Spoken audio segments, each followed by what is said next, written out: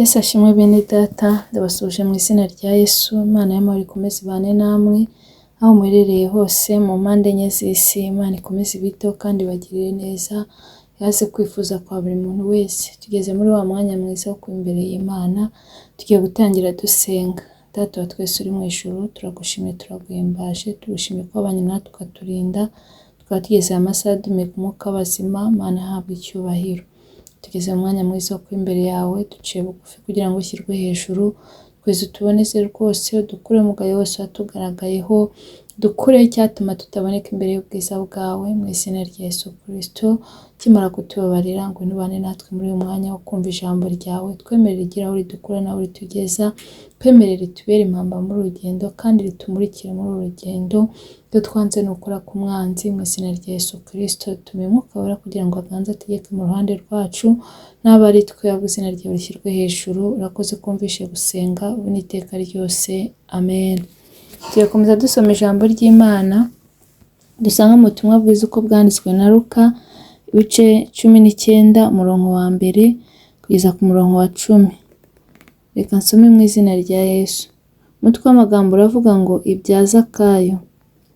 Yesu agera i Yeriko arahanyura.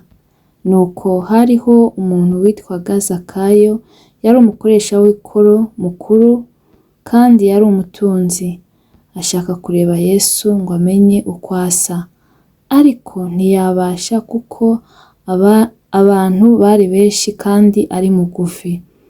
Arirukanka ajya imbere, yurira umuvumu ngo amurebe kuko yari agiye kuhanyura. Yesu ahageze arararama, aramubwira ati, Zakayo, ururuka vuba kuko uyu munsi nkwiriye kurara iwawe.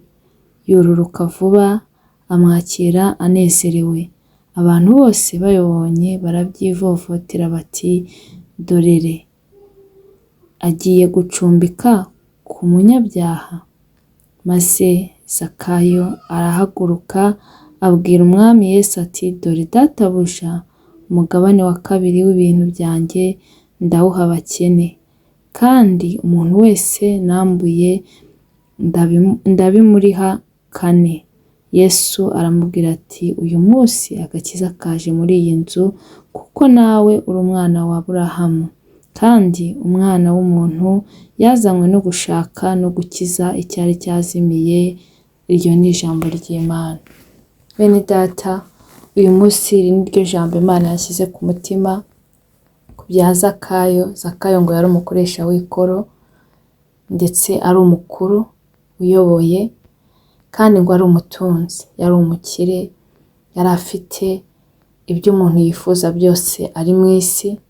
Yari afite ubutunzi, yari afite amazu, yari afite amafaranga, yari afite buri kimwe cyose, ariko abuse Yesu. Imana itugirire neza. Umuntu ashobora gutunga akagira byinshi, akagira amafaranga, akagira amazu, akagira icyubahiro, ariko iyo udafite Yesu ibyo byose aba ari umusenyi. Zakayo rero yari afite akazi keza gakomeye, afite ubutunzi, ariko muri ibyo byose yari abuze Yesu. Mwene data, ndagira nkubwire ngo niyo wagira ubutunzi, niyo wagira amafaranga, na Yesu ujye umugira uwa mbere, nibwo ibintu byawe bizatungana. Kuko ijambo ry'Imana nasomye ryarambwiye ngo ubwinshi bw'ibintu umuntu afite ntabwo ari byo bimuhesha ubugingo. Niyo mpamvu mbinginga kugira ngo nimushake ubwami bw'Imana, kuko ibi byose tuzabisiga. Imana itugirire neza. Bene data, Zakayo rero yarabuze Yesu, yararuhijwe n'ibyaha, ariko umunsi umwe isaha igeze yumva ko Yesu agiye kunyura aho ari. Mwene data, ndagira nkubwire ngo hari igihe nawe waba uri kumva inkuru za Yesu, ariko ndakwinginze ngo niwumva ijwi rya Yesu ntunangire umutima. Zakayo rero yumvishe inkuru za Yesu, yumva ko ari buhatambuke. Aravuga ati, nanjye nshaka kumureba uko asa, nshaka kumva uwo Yesu bajya bavuga. Nawe ahari ushobora kuba ubyumva ariko utamuzi. Gerageza umukurikire, gerageza umwakire, urebe ukuntu muri Yesu harimo byose. Muri Yesu tuboneramo byose, muri Yesu amateka arahinduka, muri Yesu tuboneramo ubugingo, muri Yesu tuboneramo amahoro. Nawe ahari waba uri kumva inkuru za Yesu ariko utari wamwegera, utari wamwikomezaho kugira ngo urebe ibyo byose, bigerageze umwakire, umwegere. Ni ukuri ndakubwiza ukuri, uzasanga ari umunyenga gusa. Imana itugirire neza. Ngo Zakayo yari mugufi kandi abantu bari benshi, abantu bashakaga Yesu bari benshi. Kuko yari mugufi, aravuga ati nta kundi ndi bugende, reka ndebe uburyo nakoresha kugira ngo nze kumureba nanjye uwo Yesu bavuga. Yaramwumvaga, arangije aravuga ati nze kumureba ndebe ko ari cyo yankoraho. Nubwo mfite ubutunzi, nubwo mfite ndi umuntu ukomeye, ariko na Yesu ndamukeneye. Arirukanka rero ngo ajya imbere, ngo yurira umuvumo, ngo arebe ko Yesu ari butambuka akamubona. Yesu ngo ageze aho Zakayo yari ari hafi y'icyo giti, ngo arararama. Oh haleluya! Mwene data, Imana nawe irarame ku buzima bwawe. Imana yongere irarame kuri icyo kibazo ufite, irarame kuri icyo kigeragezo, kubera ko reka nkubwire, Imana nirarame ikakureba, ni ukuri ubuzima burahinduka. Yesu nararama akakureba, amateka arahinduka. Yesu rero ngo ahageze ngo arararama, areba hejuru.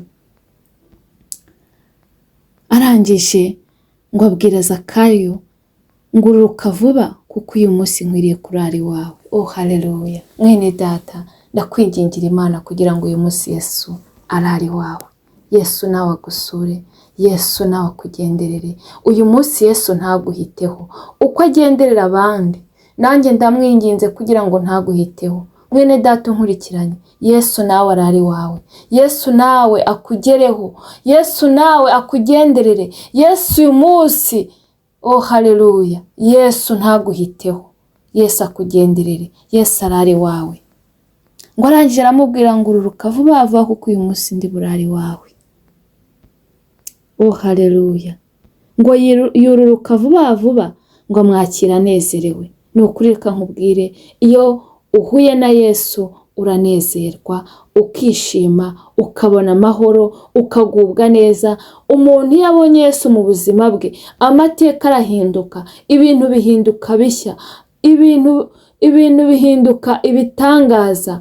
Reka nkubwire mwene data, nawe ndakwingingira Yesu kugira ngo uyu munsi akugenderere. Uyu munsi arare iwawe, akugenderere, kuko iyo hageze ibintu, amateka arahinduka, ibintu bigahinduka bishya. Ngo abantu babibonye barabyivovotera, ngo dorere, ngo agiye gucumbika ku munyabyaha. Mwene data, ndagira nkubwire ngo ibyaha byose baba barakoze, nta cyaha Imana itakubabarira. Asomye muri Bibiliya, ijambo ry'Imana rirambwira ngo icyaha cyonyine kitababarirwa ni icyo gutuka Umwuka Wera. Ariko ibindi byaha byose, icyo waba warakoze cyose, Imana irakubabarira. Niba rero hari icyo wakoze, niba hari icyo wakoze kigutandukanya n'Imana, niba hari ibyaha urimo, ndagira nkubwire ngo cya bugufi usaba Imana imbabazi. Ibyaha byose Imana irabibabarira, kuko Imana ntabwo yazanywe n'abakiranutsi, ntabwo Yesu yazanywe n'abakiranutsi, yaje gushaka abanyabyaha. Yesu rero aragushaka. Humura, witerwa ubwoba n'ibyo byaha wakoze, witerwa ubwoba n'ibyo byaha uri gukora, ahubwo garukiraho, Yesu ari bukugirira imbabazi. Imana itugirire neza. Bene data rero, mbabwire, nimureke gucira abandi imanza. Aba bantu barebye Zakayo, bamurebera mu mateka y'ahahise, ariko ndagira nkubwire ngo iyo Kristo ahageze, ibintu byose bihinduka bishya. Imana itugirire neza. Ngo maze Zakayo arahaguruka ngo abwira umwami Yesu ati, dore databuja, umugabane wa kabiri w'ibintu byanjye ndawuha abakene, kandi umuntu wese nambuye ndabimuriha kane. Imana itugirire neza. Bene data, iyo Yesu Kristo ageze mu buzima bw'umuntu, umuntu nawe arahinduka. Umuntu arahinduka akaba mushya, bya bindi bya kera bikibagirana. Zakayo rero yaravuze ati, nabonye hari yashatse kuvuga ati nabonye gutunga ibyinshi ntacyo bivuze, icy'ingenzi ni uko mfite Kristo. Arangije kuko yari yarabonye ubutunzi yarabugize, ariko agira ibimuremerera mu buzima, abura amahoro yo mu mutima, abura kugubwa neza. Arangije aravuga ati ibyo mfite 1/2 ndagiha abakene, kuko yarabonye Yesu, kandi ufite Yesu ufite byose. Imana itugirire neza. Ngo kandi ngo nabo nambuye ngo ndabakubira 4. Imana itugirire neza. Abo yari yarambuye arabakubira 4.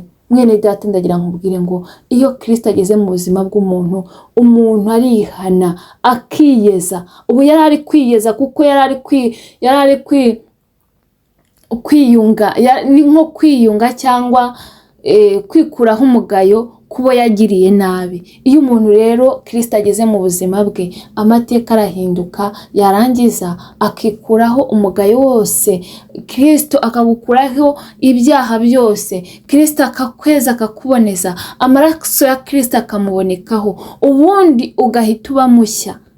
Iyo Kristo yageze mu buzima bw'umuntu ahinduka mushya, kandi n'ubuzima bugahinduka bushya, akagenda yemye nta kimucira urubanza.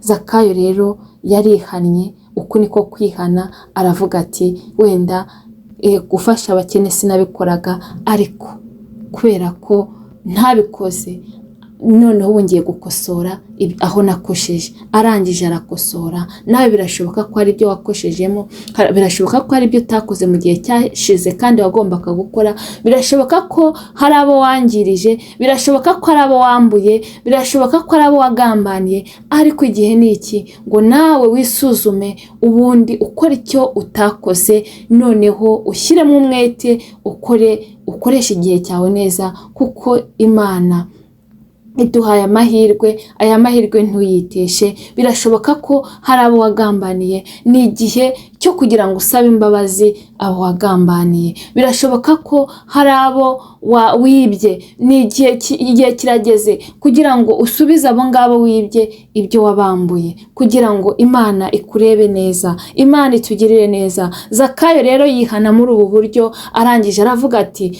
abo nagiriye nabi, abo nambuye, abo natsi byabo ngiye kubakubira. Oh haleluya, Imana itugirire neza.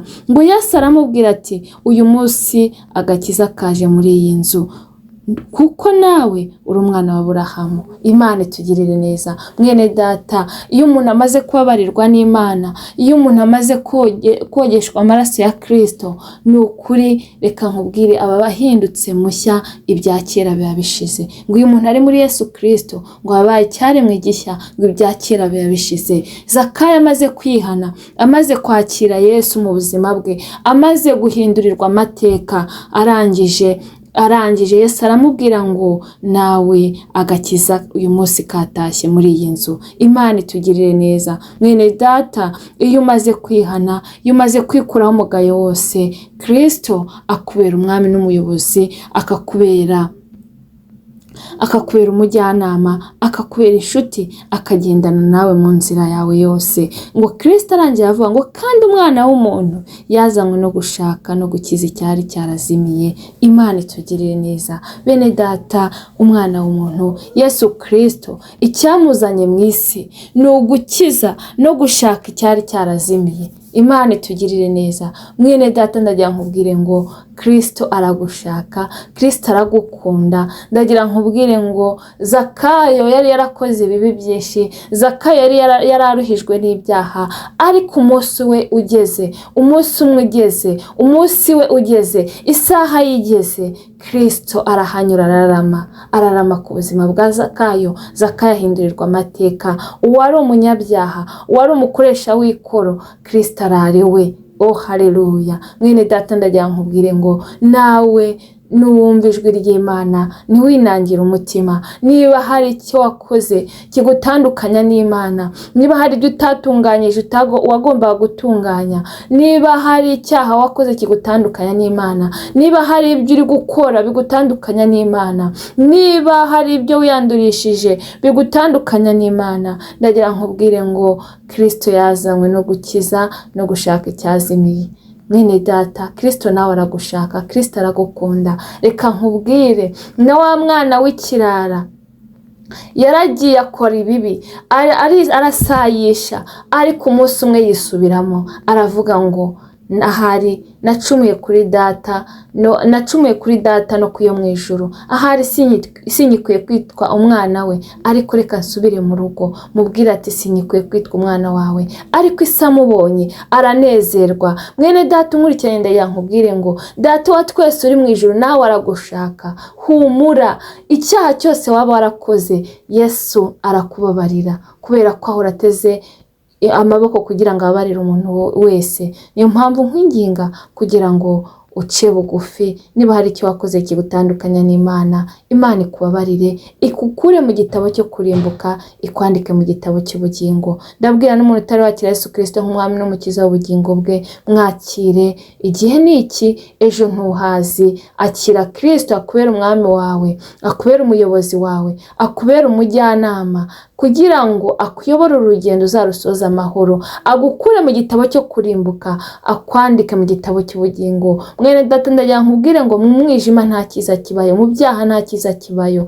ariko muri Yesu, mu Mana tuboneramo byose, kuko Imana ni byose. Niyo mpamvu nkwinginga kugira ngo wakire Kristo. Ntabwo uzicuza kumukurikira, ntabwo uzicuza kumumenya, ntabwo uzicuza kugendana nawe, ahubwo uzasanga warahisemo neza, kuko niwe nzira n'ukuri n'ubugingo. Nawe uzaya kwa data atamujyanye. Imana ikomeze ibiteho kandi ikomeze ibaganirize. Reka dushime Imana kubwira ijambo. Data, mu izina rya Yesu turagushimye kubwira ijambo. Mwami Imana, Zakayo ngo yari umukoresha w'ikoro, ari umutunzi, ariko yarabuze Yesu. Ngo ariko yumvishe inkuru za Yesu, ngo aravuga ngo nanjye nshaka kumureba uko asa.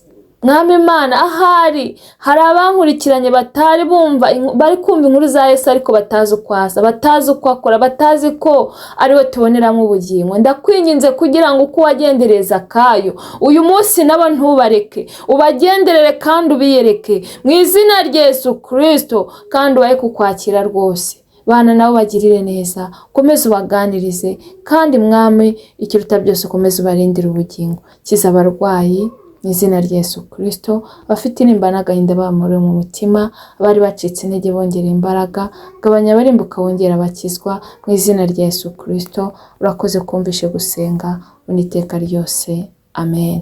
Mwakoze cyane. Imana y'amahoro ikomeze ibamere umugisha, kandi biteho ikiruta byose ikomeze ibarindire ubugingo. Naho ubutaha. Bye.